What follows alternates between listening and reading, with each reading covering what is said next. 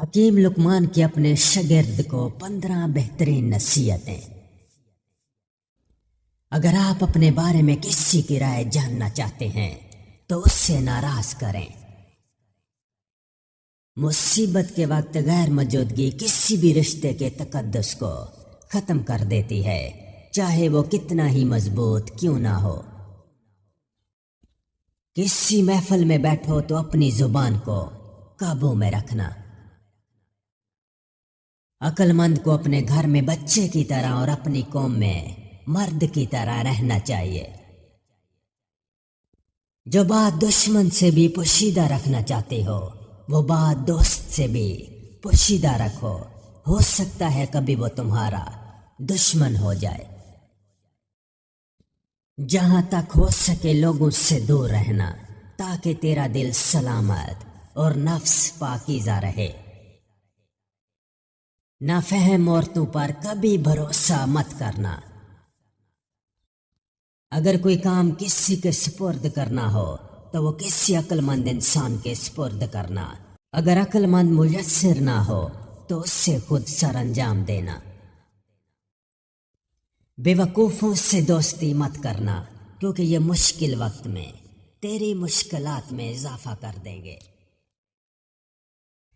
میں نے لوہا اور پتھر سب اٹھائے لیکن قرض سے زیادہ بوجھل چیز کوئی نہیں اٹھائی، اس لیے اپنی زندگی میں جتنا ہو سکے قرض سے بچنا۔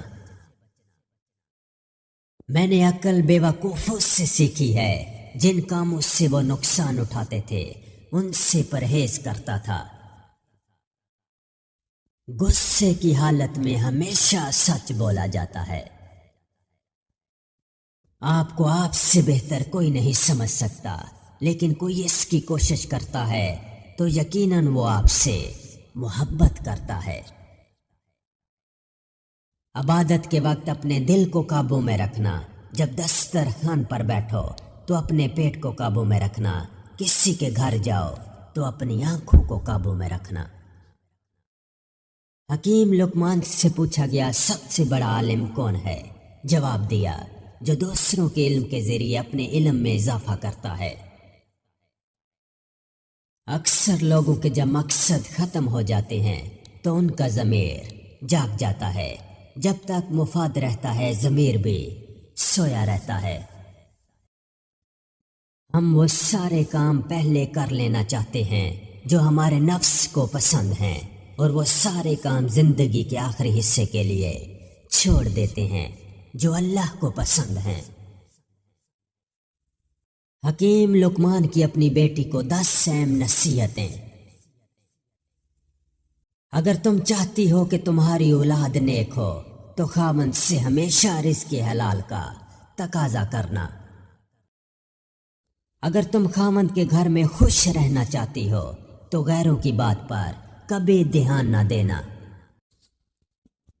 عورت کے ہمدرد صرف 4 ہیں: باپ، بھائی، شوہر اور بیٹا۔ باقی کسی سے ہمدردی کی امید عورت کے لیے انتہائی خطرناک ہے۔ شوہر کے رازوں کو ظاہر نہ کرنا، یعنی گھر کی بات کو گھر تک رکھنا، باہر کسی غیر سے مت کرنا کہ یہ بات تم دونوں میں جدائی کا سبب بن سکتی ہے۔ ہمیشہ خاوند کے مال کی حفاظت کرنا، یعنی اس کو اپنا مال سمجھنا اور اس سے صحیح جگہ خرچ کرنا، فضول خرچی سے بچتے رہنا۔ کوشش کرنا کہ تجھ سے خاوند کی مرضی کے خلاف کوئی بات سرزد نہ ہو۔ اگر غلطی سے ہو بھی جائے تو غلطی کی تلافی کی بھرپور کوشش کرنا۔ اگر تم چاہتی ہو تمہاری زندگی اچھی گزرے تو ہمیشہ صدقہ کرتی رہنا۔ اگر تم چاہتی ہو کہ خاوند ہمیشہ محبت کرے تو ہمیشہ صاف ستھری رہنا۔ پیاری بیٹی، اگر تم چاہتی ہو میرا گھرانہ سب سے اعلیٰ ہو تو بچوں کی اچھی تربیت کرنا۔ دولت تقسیم کی جائے تو کم ہوتی ہے، علم بانٹا جائے تو بڑھ جاتا ہے۔ بچپن کا علم پتھر کی لکیر ہوتا ہے۔ حکمت اور دانائی مفلس کو بادشاہ بنا دیتی ہے۔ وقت کی اگر قیمت ہے تو وہ اس کا صحیح استعمال ہے۔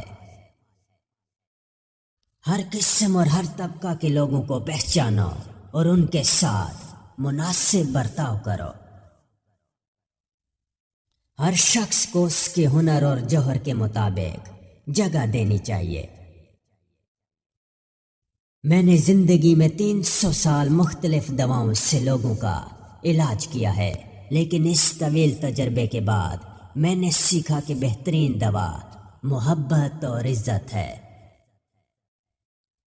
کل کی سوچ کو غلط سمجھ کر انسان آج کی سوچ پر ناز کرتا ہے، آنے والے کل میں یہ سوچ بھی غلط ہو سکتی ہے۔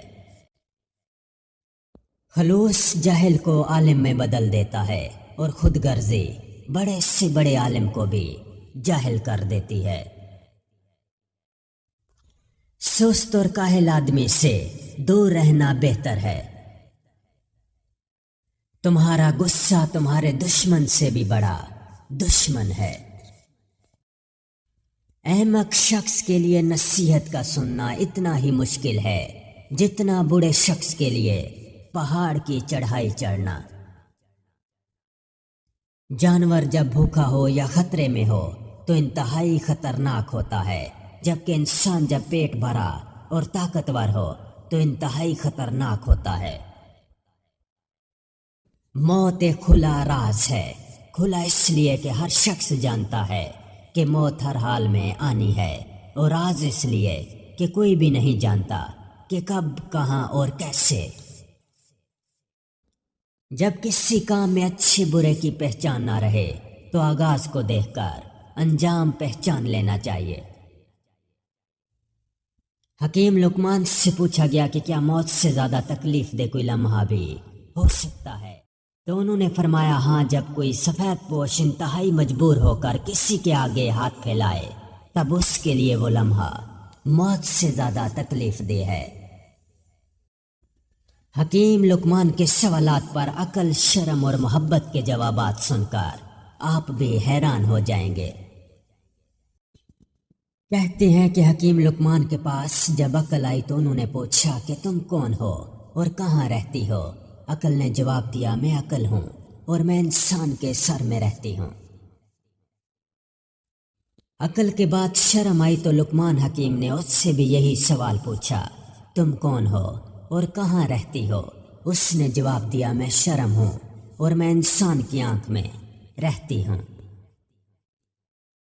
شرم کے بعد محبت آئی تو اس سے بھی حکیم لقمان نے پوچھا، تو کون ہے اور کہاں رہتی ہے؟ اس نے جواب دیا میں محبت ہوں اور انسان کا دل میرا مسکن ہے۔ محبت کے بعد تقدیر آئی تو اس سے بھی وہی سوال کیا کہ تو کون ہے اور کہاں رہتی ہے؟ تقدیر کہنے لگی میں تقدیر ہوں اور انسان کے سر میں رہتی ہوں۔ لقمان نے کہا وہ تو عقل کا نشیمن ہے۔ تب پھر عقل بولی جب تقدیر آتی ہے تو عقل رخصت ہو جاتی ہے۔ اب عشق آیا، اس سے دریافت کیا گیا تو کون ہے اور کہاں رہتا ہے؟ جواب ملا میں عشق ہوں اور انسان کی آنکھ میں رہتا ہوں۔ لقمان نے کہا وہاں تو شرم رہتی ہے۔ اس نے جواب دیا جب عشق آتا ہے تو شرم چلی جاتی ہے۔ آخر میں لالچ آیا، اس سے بھی پوچھا گیا کہ تم کون ہو؟ جواب ملا میں لالچ ہوں اور انسان کے دل میں رہتا ہوں۔ لقمان نے کہا اس جگہ تو محبت رہتی ہے۔